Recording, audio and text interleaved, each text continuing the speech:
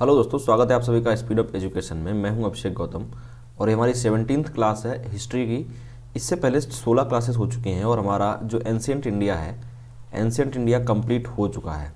कुछ एक टॉपिक बचे हुए हैं, जैसे कि आपके साउथ के जो कुछ रूलर थे जो उस टाइम पे एंशिएंट इंडिया में कुछ मतलब अपना प्रभुत्व रखते थे साउथ इंडिया में, वो बाकी हैं। तो उनको हम पढ़ेंगे आगे आने वाली क्लासेस के अंदर। हो सकता है उनको जब मिडिल पढ़ाऊंगा उसमें भी काफ़ी रूलर हैं जो साउथ इंडिया के हैं, जो मतलब एक तरीके से उभर के आएंगे, जो ओवरऑल इंडिया की जो पॉलिटिक्स हुई उस टाइम की उन सब पे, या ओवरऑल जो इंडिया था उसको इफेक्ट करते हैं। तो उन सबको पढ़ेंगे, उसमें हम साथ में जो एंशिएंट इंडिया के हैं उनको भी कवर कर लेंगे, ठीक है। और रही बात आज की क्लास की, तो आज हम लोग प्रैक्टिस करेंगे, सिर्फ कुछ क्वेश्चंस हैं जिनकी प्रैक्टिस करेंगे। एमसीक्यूज क्वेश्चंस हैं, एक बुक से लिए हुए हैं, आप सभी लोग जानते होंगे। लूसेंट ये बुक जो आती है उसके ऑब्जेक्टिव का पोर्शन लिया हुआ है यहाँ पे, जो हम प्रैक्टिस करने वाले हैं।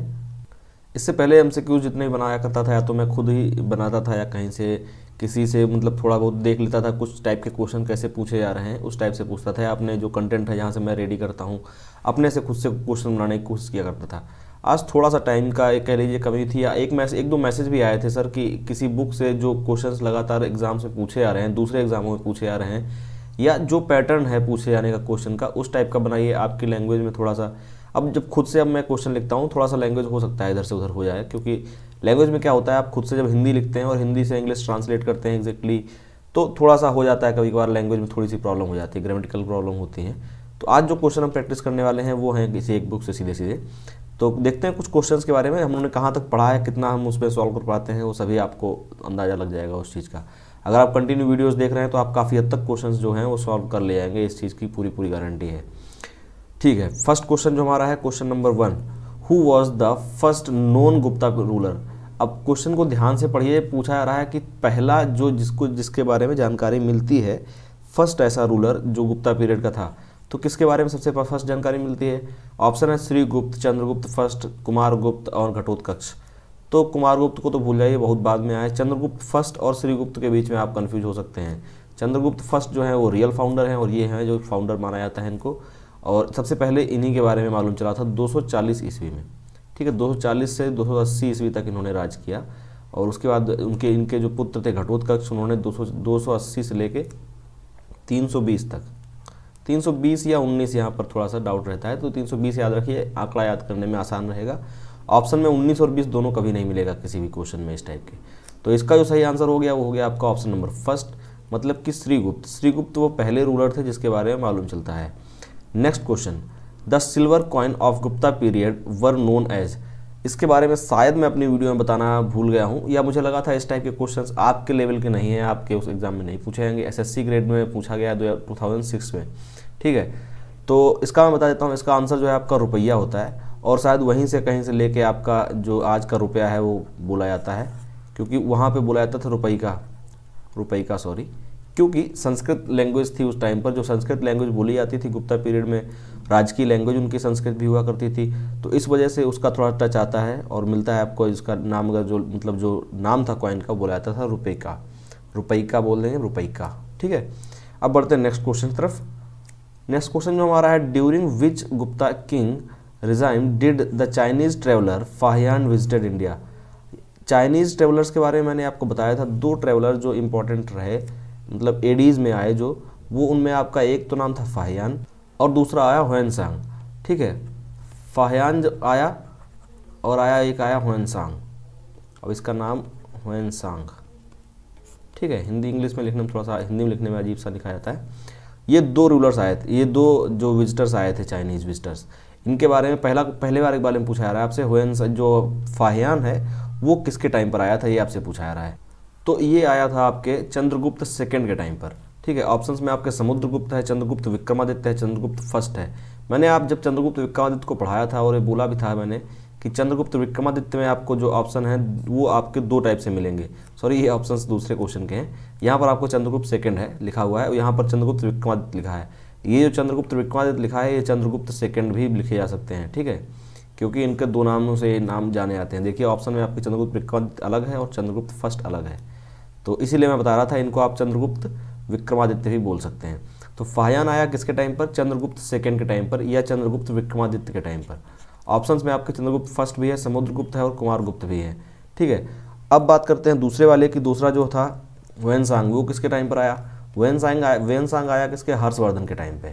याद करने के लिए अगर आप चाहें तो एक जो रिलेशन है इन दोनों में, ये याद कर सकते हैं, हर्ष से ह्वेन, मतलब हा से हर्ष और हा से ह्वेनसांग। ठीक है, तो ये दोनों सेम टाइम के थे, मतलब आपके ह्वेनसांग आया हर्षवर्धन के टाइम पे, और फाहियान जो था वो बचेगा तो वो आ जाएगा आपके चंद्रगुप्त सेकंड के टाइम पर। बात करते हैं नेक्स्ट क्वेश्चन की। Which king of Gupta dynasty was called the Napoleon of India? Bharat का नेपोलियन किसे कहा जाता था? भारत का नेपोलियन या नेपोलियन ऑफ इंडिया किसको कहा गया? ऑप्शन है आपके पास समुद्रगुप्त, चंद्रगुप्त विक्रमादित्य, जो है आपके श्रीगुप्त, या फिर चंद्रगुप्त फर्स्ट। आपको लग रहा होगा कि सेम क्वेश्चन रिपीट हो रहे हैं, सेम क्वेश्चन ही रिपीट होते हैं। ऐसे ही क्वेश्चन आपसे आपके एग्जाम में भी पूछे जाएंगे। बहुत ज़्यादा कठिन क्वेश्चन इन सबसे नहीं पूछे जाते हैं। अगर क्वेश्चन आएगा तो कुछ इसी प्रकार का क्वेश्चन आएगा। इसका आंसर है आपका समुद्रगुप्त। समुद्रगुप्त को बोला जाता है नेपोलियन ऑफ इंडिया। और नेपोलियन के बारे में मैंने आपसे क्विज की थी जिसपे बहुत सारे लोगों ने आंसर दिया था, सही आंसर दिया था कि नेपोलियन कौन था, कहाँ से आया। नेपोलियन से इंडिया को बचाने का टाइम अगर मतलब देखा जाए ना, एक तरीका जो इंडिया को बचाने का काम किसने किया, तो वो एक तरीके से देखो अगर आप, तो अंग्रेज़ जो थे, इंग्लिश, उन लोगों ने नेपोलियन से इंडिया को बचाया। अब वो इंडिया के मतलब फेवर के लिए बचाया या अपने फ़ायदे के लिए बचाया वो अलग बात है, लेकिन हाँ एक टाइम जरूर आ गया था 17वीं 18वीं शताब्दी के आसपास, जब नेपोलियन राजा था वहाँ पर, तो उसने इंडिया पर भी आक्रमण करने की पूरी कोशिश की थी। इजिप्ट तक आ चुका था। इजिप्ट आप जानते हैं, इजिप्ट के बाद एशिया शुरू हो जाता है, तो इजिप्ट तक वो आ चुका था, उसके बाद उसने इंडिया की तरफ बढ़ रहा था। ठीक है, तो ये तो एक्स्ट्रा जानकारी थी, मैंने आपको इस क्वेश्चन के अंदर दे दी। अब बढ़ते हैं हम नेक्स्ट क्वेश्चन में। Who among the following organised Ashwamedha yojana? Ashwamedha योजना जो थी, अश्वमेध योजना, ये किसने स्टार्ट की? अश्वमेध। ठीक है, मैंने आपको पढ़ाया तो उसमें मैंने आपको जब समुद्रगुप्त को पढ़ाया था तो मैंने आपको उसकी जो टाइटल्स उसने लिए थे उसके बारे में आपको एक्सप्लेन किया था कि उसने काफ़ी सारे इंपॉर्टेंट टाइटल्स लिए थे, और उसमें से एक ये भी था अश्वमेध कर्ता। तो अश्वमेध कर्ता टाइटल किसने लिया? अशोक ने, सॉरी समुद्रगुप्त ने। अब समुद्रगुप्त ने ही अश्वमेध क्या कहते हैं, अश्वमेध कर्ता का टाइटल लिया था, और अश्वमेध योजना जो है वो भी इसी ने ही स्टार्ट की थी। तो इस तरीके से आप इसको रिलेट करके आसानी से याद कर सकते हैं कि इसका आंसर जो होगा आपका समुद्रगुप्त होगा। समुद्रगुप्त ने योजना स्टार्ट की थी आपकी अश्वमेध योजना। अब मैं दिखा देता हूँ आपको वो स्लाइड जहाँ पर मैंने ये चीज़ पढ़ाई थी क्या कहते हैं समुद्रगुप्त के बारे में। तो ये था वो समुद्रगुप्त का चैप्टर जब मैंने पढ़ाया आपको, उसमें मैंने बहुत सारे टॉपिक पॉइंट्स एक्सप्लेन किए थे कि he was the most powerful king of the Gupta dynasty. उसके बाद मैंने आपको ये बताया कि ये जावा, सुमात्रा और मलेशिया जो ये कंट्री मतलब ये आइलैंड्स हैं, इन पे भी अपना प्रभुत्व जमा चुका था। उसके बाद ये भी है कि प्रयाग प्रशस्ति जो है इसके टाइम पर लिखा गया, ऐसा बताया मैंने। लास्ट में मैंने यही बताया था कौन कौन से टाइटल्स इसने लिए थे। अश्वमेध कर्ता, कविराज, विक्रमांक, या विक्रमांक यहाँ पर एन लगता है, विक्रमांक होगा ये। और फिर उसके बाद यह है सर्वराज उच्चचेता, ये भी उसने लिया था। तो तीन जो इसमें मेन है वो आपके हैं अश्वमेध कर्ता, कविराज और विक्रमांक। ये तीन उपाधियाँ जो हैं इसने ली थी, और इसी वजह से आप इसको आसानी से याद भी कर सकते हैं कि अश्वमेध योजना जो थी वो इसी ने स्टार्ट की थी। अब बढ़ते हैं नेक्स्ट क्वेश्चन की तरफ। देखते हैं नेक्स्ट क्वेश्चन हमारा जो था वो है कि in which century did famous Chinese pilgrim Fahien visited India? अब इस क्वेश्चन का आंसर करने के लिए आपको एक बार फिर से मैं पुरानी स्लाइड पे लेके जाऊंगा जहाँ पर मैंने पढ़ाया था इन सब के बारे में। यहाँ मैंने खुद से लिख के एक स्लाइड लिखी हुई थी जिसमें मैंने आपको दिखाया था कि कौन सा जो राजा है गुप्ता एम्पायर का कब तक रहा, उसका टाइम पीरियड कितना रहा। श्रीगुप्त 240 से लेकर 280 तक, चंद्रगुप्त फर्स्ट 220 से लेकर 320 से लेकर 334 एडी तक, समुद्रगुप्त 335 से 80, फिर उसके बाद चंद्रगुप्त द्वितीय आते हैं, मतलब सेकंड आते हैं चंद्रगुप्त सेकंड, वो 380 से लेकर 414 तक। चंद्रगुप्त सेकंड के टाइम पर आया फाहियान। ठीक है, और चंद्रगुप्त सेकंड के सेकंड फेज में, मतलब जब वो लास्ट का जो 400 पार होने के बाद वाला जो फेज था उसमें आया फाहियान। इस वजह से फाहियान का अगर टाइम देखा जाए कब आया, तो फाहियान आया आपका 5वीं शताब्दी में। क्योंकि अगर इस तरीके से आप देखेंगे तो अगर ये 400 से पहले आया होता तो ये आपका आया था 4th सेंचुरी के अंदर, लेकिन ये 400 के बाद आया होगा, यहाँ से 400 के बाद आया होगा, मतलब ये 414 और 400 के बीच में आया होगा फाहियान। तो इस वजह से इसको बोलेंगे 5th सेंचुरी। ठीक है, तो फाहियान आया यहाँ पर 5th सेंचुरी के अंदर। ओके, अब बढ़ते हैं हम नेक्स्ट क्वेश्चन की तरफ। नेक्स्ट क्वेश्चन जो है ये मैंने अपनी क्लास में शायद इंक्लूड नहीं किया था। क्वेश्चन है आपसे मृक्षकटिका, मृक्षकटिकम लिखा जाता है वैसे, मृक्षकटिकम। ये जो मृक्षकटिका या मृक्षकटिकम जो है वॉज रिटन बाय, किसके द्वारा लिखी गई थी? विक्रमादित्य, कल्हड़ या फिर आपका शूद्रक या फिर बाणभट्ट। तो इसका सही आंसर है आपका शूद्रक।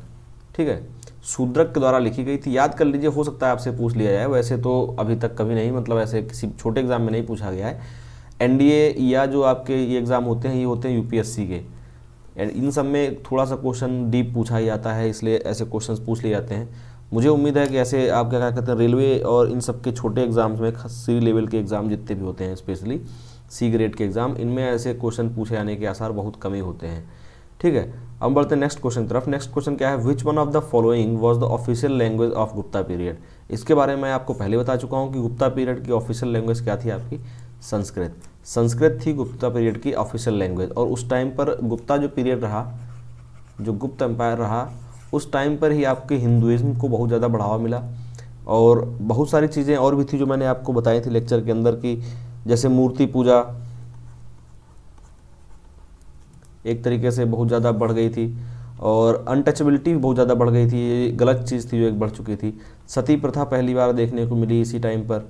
और बहुत सारी अच्छी चीज़ें भी हुई, बहुत सारी ख़राब चीज़ें भी हुई, इन सबको आपको याद रखना है। ठीक है, और सबसे ज़्यादा जो एक चीज़ बढ़ी वो ये हुई कि जो क्या कहते हैं, वैष्णव धर्म था, जो वैष्णव धर्म था, उसको भी काफ़ी बढ़ावा मिला यहाँ पर। ठीक, और इन राजाओं ने, इनके जो राजा थे, उन्होंने वैष्णव धर्म को एक तरीके से राजधर्म भी घोषित कर दिया था। ठीक है, राजधर्म भी घोषित कर दिया था इसको, वैष्णव धर्म को। ठीक, तो इस तरीके से आप कुछ चीज़ों को आसानी से याद कर सकते हैं गुप्ता पीरियड की। बात करते हैं नेक्स्ट क्वेश्चन की, जो कि है Kumarasambhavam was an epic written by, was composed by. जो कुमार संभवम एक महाकाव्य है, वो किसके द्वारा लिखा गया है। ऑप्शन है आपके पास बाणभट्ट, हरिसेन और चंद्रवरदाई। चंद्रवरदाई तो इस टाइम पर खैर थे ही नहीं। और फिर है आपके कालिदास। तो ये तीनों तो खैर हैं, इस टाइम के ही थे तीनों, कालिदास और ये सभी इसी टाइम के थे। इनको मैं आपको दिखा देता हूँ एक बार, मैंने सबकी जो रचनाएं थी उनको एक बार अलग से आपको लिख के दिखाया था। तो ये थी वो स्लाइड जहाँ पर मैंने आपको एक्सप्लेन किया था कि कालिदास जी की टोटल कितनी रचनाएं थी। 3 टाइप की उनकी रचनाएं मिलती हैं, नाटक मिलते हैं, महाकाव्य मिलते हैं और काव्यखंड मिलता है। मतलब प्लेज होते हैं आपके, एपिक्स मिलते हैं और काव्यखंड होते हैं। इसमें सबसे ज़्यादा इंपॉर्टेंट और सबसे ज़्यादा फेमस जो है अभिज्ञान शाकुंतलम, कुमार संभवम और रघुवंशम, ये 3 हैं जो सबसे ज़्यादा फेमस हैं। उसके बाद मेघदूतम और ऋतुसंहार भी। मेघदूतम को सबसे ज़्यादा लोग जानते हैं, ऋतुसंहार को लोग थोड़ा सा कम जानते हैं। तो इन सबसे क्वेश्चन आपके सबसे ज़्यादा पूछे जाते हैं। उसमें से क्वेश्चन आपका पूछा गया है कुमार संभवम के बारे में। तो ये लिखा किसने, कालिदास जी ने। वैसे अगर आप देख लें इनके तो 3 प्लेज हैं, जिनमें सबसे पहला आपका है अभिज्ञान शाकुंतलम, सेकंड जो है विक्रमोर्वशीयम, एंड जो तीसरा प्ले है इनका मालविकाग्निमित्रम। ठीक है, तो ये हो गए आपके 3 प्ले। और उसके बाद रघुवंशम और कुमार संभवम 2 हो गए महाकाव्य। फिर मेघदूत और ऋतुसंहार, ये 3 हो गए इनके जो हैं काव्यखंड।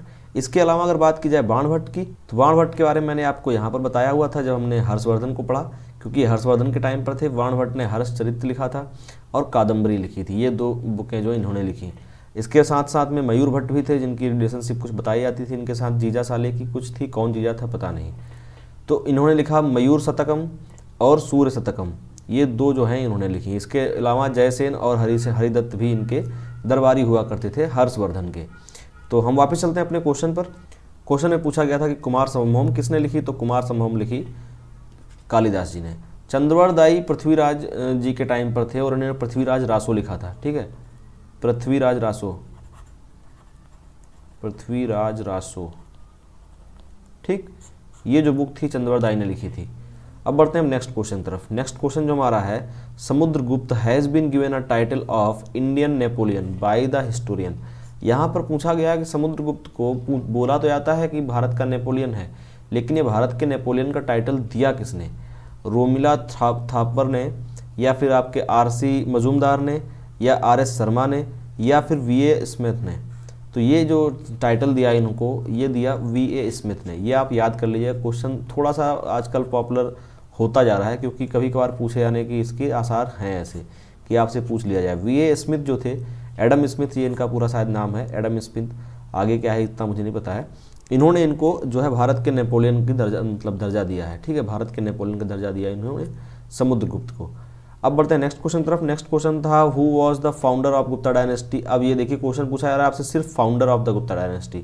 ऑप्शन में आपके चंद्रगुप्त फर्स्ट भी है और श्रीगुप्त भी है, दोनों के बीच में कन्फ्यूजन हो सकता है आपको, लेकिन आपसे पूछा जा रहा है सिर्फ फाउंडर, तो सिर्फ फाउंडर आप बताएंगे श्रीगुप्त को। तो इसका सही आंसर हो जाएगा आपका ऑप्शन नंबर बी, जो कि होगा श्रीगुप्त। ना कि चंद्रगुप्त फर्स्ट। चंद्रगुप्त फर्स्ट होते अगर आपसे पूछा जाता रियल फाउंडर, ठीक है, अगर आपसे पूछ लिया जाता है रियल फाउंडर कौन है तो आप बताते चंद्रगुप्त फर्स्ट। ठीक, देखते हैं नेक्स्ट क्वेश्चन की तरफ। अब कुछ आज क्वेश्चंस हो सकता है थोड़े कम पड़ जाएं, वीडियो थोड़ी छोटी भी हो सकती है, क्योंकि प्रैक्टिस सेट में जितना मुझे लगा अच्छे क्वेश्चन हैं इन दोनों पीरियड्स के, इन दोनों राजाओं के टाइम के या दोनों वंशों के टाइम के, मैंने सिर्फ वही इंक्लूड किए हैं। Harshvardhan was defeated by, Harshvardhan को किसने डिफीट किया था? मैंने आपको जब पढ़ाया था तो बोला था कि बहुत पॉपुलर डिफीट थी। ये पॉपुलर डिफीट इसलिए थी क्योंकि इस डिफीट ने इनको साउथ इंडिया की तरफ बढ़ने से रोक दिया था एक तरीके से। तो इनको किसने डिफीट किया? प्रभाकर वर्धनम। प्रभाकर वर्धन इनके दादाजी थे, ठीक है, इनके दादाजी थे, मतलब इनके पिताजी के पिताजी थे। इनके पिताजी का नाम क्या था? सॉरी, इनके पिताजी थे, पिताजी का नाम जब पूछा तो मुझे याद आया, पिताजी का नाम नहीं, पिताजी के पिताजी थे पुष्यभूति, ठीक है, जिन्होंने इस वंश की स्थापना की थी। पुष्यभूति वंश कह लीजिए या फिर वर्धन वंश कह लीजिए, दोनों नाम से जाना जाता है। आजकल वर्धन वंश से ज़्यादा जाना जाता है, पहले पुष्यभूति भी आपको अधिकतर जगहों पर लिखा मिलता था बुक्स में, अगर पुरानी बुक्स आप उठाएंगे तो आजकल लेकिन वर्धन वंश ही आपको दिखेगा। तो ये तो इनके पिताजी थे। फिर है पुलकेशिन सेकेंड, फिर है आपका शशांक ने इनको नहीं हराया था, शशांक को इन्होंने हराया था। और शशांक ने मर्डर किया था किसका? एक तरीके से हत्या की थी इनके बड़े भाई जिनका नाम था राजवर्धन, ठीक है, राज्यवर्धन, उनकी हत्या की थी इन्होंने। फिर है नरसिम्हा वर्मन, इनसे भी इनका कोई ऐसा युद्ध नहीं हुआ था जिसमें ये हारे हों। तो ये हारे किससे? पुलकेशिन सेकेंड से। पुलकेशिन सेकेंड से नर्मदा नदी के किनारे ये हारे थे, जो कि बहुत बड़ी फेमस हार है और बहुत ज़्यादा लोग इसके बारे में बहुत ज़्यादा क्वेश्चन पूछा जाता है, ठीक है। नर्मदा नदी के किनारे इनको हार मिली थी पुलकेशिन सेकेंड से। नेक्स्ट क्वेश्चन की तरफ बढ़ते हैं। नेक्स्ट क्वेश्चन क्या है? Which of the following was not composed by Harshvardhan. Harshvardhan के हिस्से में 3 बुक्स आती हैं। ये मैंने आपको बताया था कि हर्षवर्धन को ऐसा माना जाता है कि हर्षवर्धन ने 3 बुक्स लिखी हैं। इस पर थोड़ा सा कंट्रोवर्सी इस चीज़ को लेकर जरूर है, थोड़ा सा मतलब कन्फ्लिक्ट है एक तरीके से, कि ऐसा माना जाता है कि ये क्या करता था, एक राजदरबारी था इसका, उसको रुपए देता था हर्षवर्धन, उसको रुपए दे के उससे रचनाएं लिखवाता था, उससे जो किताबें लिखवाता था और उस पर अपना नाम डलवाने के लिए बात करता था। मतलब कि नाम हर्षवर्धन का होता था, लिखता कोई और था। लेकिन तब भी इनके नाम पे 3 बुक्स हैं, जो तीनों बुकों का जो क्या कहते हैं लिखने वाला अगर या ऑथर पूछा जाएगा तो आपको हर्षवर्धन ही बताना है। ऑप्शन में आपके पास है हर्षचरित, रत्नावली, फिर है नागानंदा और उसके बाद है प्रियदर्शिका। तो मैंने आपको बताया था कि रत्नावली, नागानंदा या प्रियदर्शिका, ये तीनों की तीनों बुक्स लिखी किसने? हर्षवर्धन ने। इसमें पूछा जा रहा है नॉट कंपोज्ड बाई, तो ये है हर्षचरित। अभी कुछ देर पहले ही मैंने आपको बताया था हर्षचरित किसके द्वारा लिखी गई थी? बाणभट्ट, ठीक है, बाणभट्ट जो कि इनके दरबारी थे, उन्होंने लिखी थी हर्षचरित। तो जब बाणभट्ट ने लिखी तो इसका नॉर्मल सी बात है कि इन्होंने नहीं लिखी होगी, इसलिए आपका ऑप्शन नंबर जो फर्स्ट है वो इसका बिल्कुल करेक्ट आंसर हो जाएगा। बढ़ते हैं नेक्स्ट क्वेश्चन की तरफ। नेक्स्ट क्वेश्चन जो हमारा है, which one of the following inscriptions mention the Pulakeshin second military success against Harshvardhan. जो मैंने अभी जस्ट बात की कि हर्षवर्धन को हराया किसने? पुलकेशिन सेकेंड ने। तो वही क्वेश्चन पूछा जा रहा है कि पुलकेशिन सेकेंड ने जो हराया हर्षवर्धन को, वो कहाँ के इंस्क्रिप्शन से मिलता है, कहाँ के अभिलेखों से मिलता है? तो वो है आपके अहोल के जो है इंस्क्रिप्शंस हैं, मतलब ऑप्शन नंबर सेकंड जो है आपका अहोल के इंस्क्रिप्शंस है, वहाँ से मिलता है इस बारे में जानकारी कि हर्षवर्धन को जो आपके पुलकेशिन सेकेंड ने हराया था। फिर वही बात है कि क्वेश्चन थोड़ा सा डीप गया, तो आप देखिए किस एग्जाम में पूछा गया है, सीडीएस में पूछा गया है, ना कि आपके किसी आरआरबी या इसके किसी एग्जाम में। वो बात अलग है, खैर आरआरबी 2010 या 13 से पहले, 12-13 से पहले जो आरआरबी क्वेश्चन पूछती थी जीएस-जीए में, वो बहुत टफ क्वेश्चन पूछती थी, अच्छे खासे लेवल के होते थे वो। लेकिन हाँ, अब थोड़ा सा जो है आपका थोड़ा सा जीएस का क्वेश्चन जो पोर्शन है, जीएस का जो पोर्शन है, मतलब जनरल साइंस वाला जो पोर्शन है, वो थोड़ा सा अपलिफ्ट हुआ है और जनरल अवेयरनेस का पोर्शन थोड़ा सा कम लेवल में पूछा जाता है, ऐसा मुझे अपने पर्सनल एक्सपीरियंस से लगता है। ठीक, तो इसका जो आंसर हो गया आपका ऑप्शन नंबर बी। बढ़ते हैं नेक्स्ट क्वेश्चन की तरफ। नेक्स्ट क्वेश्चन जो हमारा है, 2 great religious conferences were held by the king Harshavardhana at. कहाँ पर जो रिलीजियस कॉन्फ्रेंस होती थी, मतलब एक तरीके से समितियाँ होती थी, वो कहाँ पर होती थी? 2 जगह है। इसके बारे में किसने बताया? ह्वेनसांग ने इसने अपनी बुक में इस बारे में लिखा हुआ है कि जो जब ये गया यहाँ पर आया, इसके राज्य में घूमा हर्षवर्धन के टाइम पर, तो वहाँ पर किन 2 जगहों पर बड़ी बड़ी रिलीजियस कॉन्फ्रेंसेस हुआ करती थी। मैंने आपको जब पढ़ाया था बताया था कि प्रयाग में हर 5 साल में एक ये अपना एक त्यौहार करता था हर्षवर्धन, जिसको एक तरीके से बेसिक माना जा सकता है किस चीज़ का? जो आज हम कुंभ होता है हमारे यहाँ, आज के टाइम पे जो कुंभ महोत्सव होता है, कुंभ मेला लगता है बहुत बड़ा, उससे रिलेटेड जो मतलब उसी टाइप का एक मतलब माना जाता है कि उसका बेसिक जो है वो हर्षवर्धन के टाइम पे स्टार्ट हुआ था और वो हर 5 साल में इसको मनाया करता था। आजकल का जो कुंभ है वो आपका लगता है, महाकुंभ लगता है 12 साल में और अर्ध कुंभ लगता है 6 साल में, ठीक है। हर 6 साल बाद अर्ध कुंभ लगता है, हर 12 साल बाद महाकुंभ लगता है। क्वेश्चन पूछा गया यूपी पीसीएस में 2003 में क्वेश्चन पूछा गया है। हो सकता है तब क्वेश्चन मतलब तब के लिए क्वेश्चन थोड़ा सा टिपिकल रहा होगा। फिर जब क्वेश्चन पूछ लिया जाता है किसी भी एक एग्जाम में, रेनाउंड से एग्जाम में, तो फिर आने वाले जो बुक्स के एडिशन होते हैं उनमें थोड़ा वो तो कहीं ना कहीं वो अपने आप ले लिया जाता है, तो वो धीरे धीरे कॉमन होता चला जाता है। तो इसका जो सही आंसर है वो है आपका, एक तो हो गया प्रयाग और दूसरा है कन्नौज। कन्नौज को राजधानी बना लिया था हर्षवर्धन ने शशांक को हराने के बाद। शशांक वही व्यक्ति है जिसने की हत्या कर दी थी इनके बड़े भाई की और कन्नौज को जीत लिया था। तो जब कन्नौज को शशांक ने जीत लिया तो जब कन्नौज को शशांक ने जीता तो वापस जब कन्नौज को हराया, शशांक को हराया हर्षवर्धन ने, तो कन्नौज को ही अपनी राजधानी बना लिया। और उसी कन्नौज में और प्रयाग में 2 जगह पर हुआ करती थी इनकी रिलीजियस कॉन्फ्रेंसेस। तो इसका ऑप्शन नंबर जो फर्स्ट है वो बिल्कुल करेक्ट आंसर हो जाएगा। बढ़ते हैं नेक्स्ट क्वेश्चन तरफ और वो आज का हमारा लास्ट क्वेश्चन है। क्वेश्चन है हमारा, emperor Harsh southward March was stopped on the Narmada river by. मतलब कि जो राजा सम्राट हर्ष है, हर्षवर्धन है, उसकी जो एक मतलब एक तरीके से कूच किया था साउथ इंडिया की तरफ, उसकी जो मार्च थी वो रोक दी गई। किसके द्वारा रोकी गई? नर्मदा नदी के किनारे। तो नर्मदा नदी के किनारे आते ही आप इसका आंसर सीधे सीधे बोल सकते हैं पुलकेशिन सेकंड, ठीक है। अभी मैंने कुछ देर पहले ही आपको बताया था कि पुलकेशिन सेकंड से इसकी वॉर हुई थी नर्मदा नदी के किनारे। नर्मदा नदी के किनारे पुलकेशिन सेकंड से इसकी वॉर हुई और ये वहाँ पर हार गए थे। तो जैसे ये नर्मदा पर हारे उसके बाद ये साउथ की तरफ बढ़ नहीं पाए। इनका जो साम्राज्य था वो कहीं ना कहीं नॉर्थ इंडिया में ही थोड़ा सा सीमित सा रह गया, ठीक। तो ये कुछ क्वेश्चंस थे जो मैंने आपको आज प्रैक्टिस कराए हैं। ऐसी सीरीज जिसमें मैं थोड़े क्वेश्चंस ज़्यादा रखूँ, कोशिश करूँ कि क्वेश्चंस ज़्यादा रहें और एक्सप्लेनेशन थोड़ा सा कम रहे। तो मतलब ये है कि 20 से 25 मिनट के अंदर आपके 30 से 45 क्वेश्चन, लगभग 45 क्वेश्चन के आसपास हो जाए। अगर ये सीरीज आपको आगे यूज़फुल लगती है या नहीं लगती है, इसमें आपका कैसे मतलब आप इसको किस तरीके से देखते हैं, कमेंट बॉक्स में इस बारे में ज़रूर बताइएगा। फिलहाल हम देखते हैं क्विज़ के बारे में। जो क्विज़ हमने कल पूछी थी उसके आंसर्स की बात करेंगे। काफ़ी लोगों ने सही आंसर दिए हैं, मैं पहले उनको दिखाता हूँ किस लोगों ने सही आंसर दिए हैं।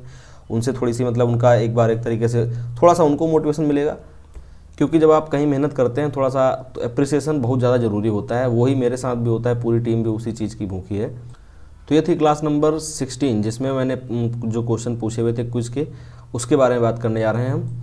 इसके कमेंट बॉक्स में आएंगे तो आप देखेंगे बहुत सारे लोगों ने पूरे आंसर्स जो हैं वो पूरे अच्छे से एक्सप्लेन किए हुए हैं, ठीक है। जैसे कि राजन झा हैं, इन्होंने पूरा आंसर सही से दिया हुआ है पूरा। फिर देवेंद्र शर्मा जी ने ही पूरा आंसर दिया हुआ है। मोहन चटर्जी ने पूरा आंसर कंप्लीट किया हुआ है और मुनीन गोयल ने भी पूरा आंसर तो नहीं लिखा है, पीडीएफ की मांग की है। पीडीएफ के बारे में हम सोच रहे हैं, पीडीएफ भी आपको हो सकता है जो फेसबुक के थ्रू प्रोवाइड कराऊं, क्योंकि और जितने जो प्लेटफॉर्म हो रहे हैं, जैसे कि हम लोगों ने टेलीग्राम स्टार्ट किया, वहाँ पर लोग नंबर्स लेके और जो एक तरीके से थोड़ा सा नहीं करना चाहिए जो काम, वो काम उन लोगों ने शुरू कर दिए थे। तो हम लोग मजबूर हैं, हम लोगों का प्लेटफॉर्म अभी शायद उतना बड़ा नहीं है कि हम लोग अपने पर डे की अपडेट कर सकें वेबसाइट पर उस लेवल की जो आप लोगों को चाहिए।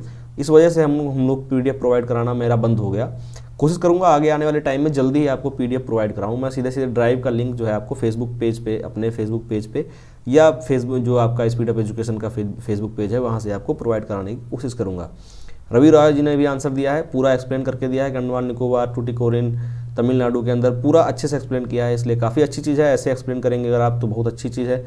फिर आपके मेले गुप्ता जी हैं, मेल गुप्ता, इन्होंने भी ये हर बार कमेंट करते हैं, कंटिन्यू कमेंट करते रहते हैं। दिव्या गोंडवाई जी ने एक्सप्लेन किया है, मोनिका सैनी जी ने भी आंसर दिए हुए हैं। सभी लोगों ने आंसर दिया है, काफ़ी अच्छा लगा। आप लोग आंसर्स देते रहते हैं, थोड़ा सा कॉन्फिडेंस जो है वो अच्छा लगता है, हमें भी लगता है। काफ़ी लोग देख रहे हैं और आंसर्स भी कर रहे हैं। तो आज के क्विज में भी पिछली वाली क्विज की तरह क्वेश्चंस जो हैं वो काफ़ी हैं। पहले हम बात कर लेते हैं पिछले वाले क्विज के जो क्वेश्चंस के आंसर हैं उनके बारे में। और आज मैं आपको जो कम्युनिटी टैब में मैंने क्वेश्चंस पूछे थे पिछले एक दिन के अंदर, जो कम्युनिटी टैब में क्वेश्चंस पूछे गए हैं उनके बारे में भी आपको एक्सप्लेन करूंगा। क्योंकि होता क्या है कि जब मैं कम्युनिटी टैब में कुछ क्वेश्चन डालता हूं तो मुझे उम्मीद नहीं होती है कि इतने लोग गलत देंगे। जो सही आंसर होता है पता चला उस पर 20% लोग आंसर कर रहे होते हैं, गलत आंसर पे 40 से 45% या 50% लोग सही आंसर दे रहे होते हैं, मतलब सही गलत आंसर को सही बता रहे होते हैं। तो उसमें कन्फ्यूजन बढ़ जाता है। तो मैं वहाँ पे कमेंट कर दिया करता हूँ अधिकतर कि आप आने वाली वीडियोस देखें, उसमें मैं आपको एक्सप्लेनेशन दे दूँगा। फिलहाल देखते हैं क्वेश्चंस के बारे में, जो क्वेश्चन मैंने पूछे थे। वीर सावरकर हवाई अड्डा कहाँ पर है? अंडमान निकोबार। बहुत सारे लोगों ने सही आंसर दिया है। अंडमान निकोबार की जो राजधानी है पोर्ट ब्लेयर, वहाँ पर है वीर सावरकर हवाई अड्डा। अगर इंग्लिश में बात की जाए where is Veer Savarkar airport, तो Veer Savarkar airport is an Andaman Nicobar which is in the capital of Andaman Nicobar, that is Port Blair. ठीक है, पोर्ट ब्लेयर। बात करें नेक्स्ट क्वेश्चन की। नेक्स्ट क्वेश्चन है हमारा which is the south most port of India. South most port of India मतलब भारत का सबसे दक्षिणी जो बंदरगाह है वो कौन सा है? तो वो है आपका तूतीकोरिन, जो कि तमिलनाडु के अंदर है। ठीक है, तमिलनाडु के अंदर है, सबसे दक्षिणी जो आपका पोर्ट है। कुछ लोगों ने जो यहाँ पर है पोर्ट ब्लेयर का जो बंदरगाह है उसको बोला था, तो वो लोग ये जान लें कि पोर्ट ब्लेयर का जो बंदरगाह है वो थोड़ा सा ऊपर पड़ता है। टूटीकोरिन यहाँ पर कहीं पर है, पोर्ट ब्लेयर का बंदरगाह इधर है, तो हल्का सा है जो थोड़ा सा सदर्न मोस्ट नहीं है। सदर्न मोस्ट जो आपका है वो टूटीकोरिन ही पड़ता है। ठीक है, बात करते हैं नेक्स्ट क्वेश्चन की। नेक्स्ट क्वेश्चन जो हमारा है किस वर्ष में नए जो आपके राष्ट्रीय जलमार्गों की घोषणा है सबसे ज़्यादा की गई थी? सर्वाधिक जो आपके राष्ट्रीय जलमार्ग है, in which year most of the new national waterways are announced. तो मैंने आपको वहाँ पर हिंट भी दी थी कि ये जो ईयर हैं ये सभी के सभी आपके बीजेपी के गवर्नमेंट बनने के बाद हुआ, और बीजेपी गवर्नमेंट बनने के बाद ही आपके क्या कहते हैं ये 2016 में हुआ। स्पेशली बीजेपी या कांग्रेस से रिलेट मत करिए इसको, सीधे याद रखिए 2016 में जो आपके हैं 6 पहले टोटल 6 थे, और उसके बाद आपके जो पूरे अब टोटल हो गए 111, तो बाकी बचे हुए जितने थे वो सभी के सभी अनाउंस कर दिए गए आपके 2016 में। ठीक है, 2016 में मोदी जी ने अनाउंस किए थे। ये भी आपसे क्वेश्चन हो सकता है पूछ लिया जाए। नेक्स्ट जो क्वेश्चन था वो थोड़ा सा अलग था। ये जो क्वेश्चन इससे पहले वाले थे सभी प्रीवियस क्लासेस थे हमारे, जो प्रीवियस क्लास मैंने ली हैं जियोग्राफी की उससे थे। ये क्वेश्चन थोड़ा सा हटके था जो कि पॉलिटी से था। कुछ लोग हो सकता है परेशान हो रहे हैं, कंटिन्यू पॉलिटी के क्वेश्चन 1-2 जरूर पूछे आ रहे हैं। मैं इसीलिए पूछ रहा हूँ ताकि थोड़ा सा इंटरेस्ट आपका बना रहे। जैसे ही हिस्ट्री हम फिनिश करेंगे इसके बाद जस्ट पॉलिटी का नंबर ही आएगा। ठीक है, क्वेश्चन क्या था? The design of national flag was adopted by the constitutional assembly of India. भारतीय संविधान सभा के द्वारा, भारत की संविधान सभा थी उसके द्वारा नेशनल फ्लैग की डिज़ाइन को कब एक्सेप्ट किया गया? ठीक है, तो ये किया गया जुलाई में, और जुलाई कौन सी थी? जुलाई 1947। ठीक है, जुलाई 1947। अगर एग्जैक्टली डेट की बात की जाए तो ये शुभ काम हुआ आपका 22 जुलाई को। ठीक है, 22 जुलाई को ये जो आपका नेशनल फ्लैग था उसके डिज़ाइन को एक्सेप्ट कर लिया गया था भारतीय जो आपकी संविधान सभा थी उसके द्वारा। अब टाइम आ गया है आज की क्विज का। आज की क्विज में भी 4-5 क्वेश्चन है, जब वो भी प्रीवियस ईयर की जो आपकी प्रीवियस क्लासेस थी उनसे क्वेश्चन लिए हैं मैंने। आज मैंने 5 जो क्वेश्चन है आपके सबकी सब प्रीवियस क्लास से ही हैं। Which of the following does not have their own light? Options आपके पास है planet, comet, asteroids and all of the above. तो अब मैं क्वेश्चन पढ़ने में टाइम ज़्यादा बर्बाद नहीं करूँगा, आप इनको पढ़िए और इनके आंसर जरूर दीजिएगा कमेंट बॉक्स में। Which part of sun we can see at the time of solar eclipse? Solar eclipse से मतलब आपका जो सूरज का सौर ग्रहण होता है उसके टाइम पर अब सूरज का कौन सा भाग हमको दिखाई देता है? ऑप्शंस आपके सामने हैं, क्रोमोस्फेयर, कोरोना, फोटोस्फेयर या फिर कन्वेंशन जोन। ठीक है, नेक्स्ट क्वेश्चन जो है आपका विच planet is called pressure cooker planet? Pressure cooker planet किसको कहा जाता है? वीनस, मरकरी, मार्स और सैटर्न। शुक्र, बुध, मंगल या ग्रह किसको प्रेशर कुकर जो ग्रह है कहा जाता है? प्रेशर कुकर ग्रह किसको कहा जाता है ये आपको बताना है। नेक्स्ट क्वेश्चन बात करें अगर, what is the escape velocity of earth? यहाँ पर आपका नंबर भी साथ साथ में आ गया क्योंकि पूरी स्लाइड में वहाँ से उठाया था। What is the escape velocity of earth? Escape velocity को बोला जाता है पलायन वेग। ठीक है, पलायन वेग, जो आपकी पृथ्वी है उसका पलायन वेग कितना है ये आपको बताना है। इसमें ऑप्शंस आपके पास दिए हुए हैं, ऑप्शंस काफ़ी क्लोज हैं, 11.2, 11.3, 11.1, 11.4। गलती से 11.3 वाला ये डार्क रह गया, इसका मतलब ये ना समझ लीजिएगा कि ये आंसर है। ठीक है, हो भी सकता है आप खुद दीजिए आंसर, इसको थोड़ा सा अच्छा लगेगा अगर आप आंसर करते हैं इस चीज़ का। नेक्स्ट क्वेश्चन जो है और लास्ट क्वेश्चन है वो क्या है? Which planet is called as lying planet? कौन से ग्रह को लेटा हुआ ग्रह कहा जाता है? ठीक है, ये आपको बताना है। ये सभी के सभी क्वेश्चंस जो हैं मेरी पिछली क्लास जो हो चुकी हैं जियोग्राफी की उनसे लिए गए हैं, इसलिए सभी मैंने पढ़ा रखा हूँ पहले से। ऐसा नहीं है कि ये पहले आपसे पूछा, मतलब डायरेक्ट आपसे पूछ लिया गया, इससे पहले पढ़ाया नहीं है। तो आप इन सभी का आंसर आसानी से कर सकते हैं, मुझे इसकी उम्मीद है पूरी। अगर आपको क्लास अच्छी लगती है, आपको क्लास नहीं अच्छी लगती है, क्लास में आप कोई इंप्रूवमेंट चाहते हैं तो आप कमेंट बॉक्स में कमेंट कर सकते हैं। मैंने जो आज कोशिश की है कुछ क्वेश्चंस को बहुत ज़्यादा एक्सप्लेनेशन ना देते हुए कुछ क्वेश्चंस का जो सेट है आप तक डिलीवर करने की कोशिश की है। अगर आपको वो चीज़ पसंद आई है तो आप बता सकते हैं, आगे हम कंटिन्यू कर सकते हैं कुछ क्वेश्चंस के साथ। वीडियो आपको अच्छी लगी तो लाइक करें, चैनल को सब्सक्राइब करें और ज़्यादा से ज़्यादा शेयर करें ताकि थोड़ा सा मोटिवेशन बना रहे। और मिलते हैं फिर अगली क्लास में अगली वीडियो के साथ, जिसमें मैं आपको समझाऊंगा। शायद मिडिवल इंडिया हम स्टार्ट कर चुके होंगे, और जो साउथ के जो पोर्शन है वो साउथ के जो शासक हैं उनको भी हम बाद में उसी में कवर कर लेंगे। ठीक है, साउथ इंडिया वाले जो हैं। मिलते हैं अगली क्लास में, तब तक के लिए बाय बाय, जय हिंद।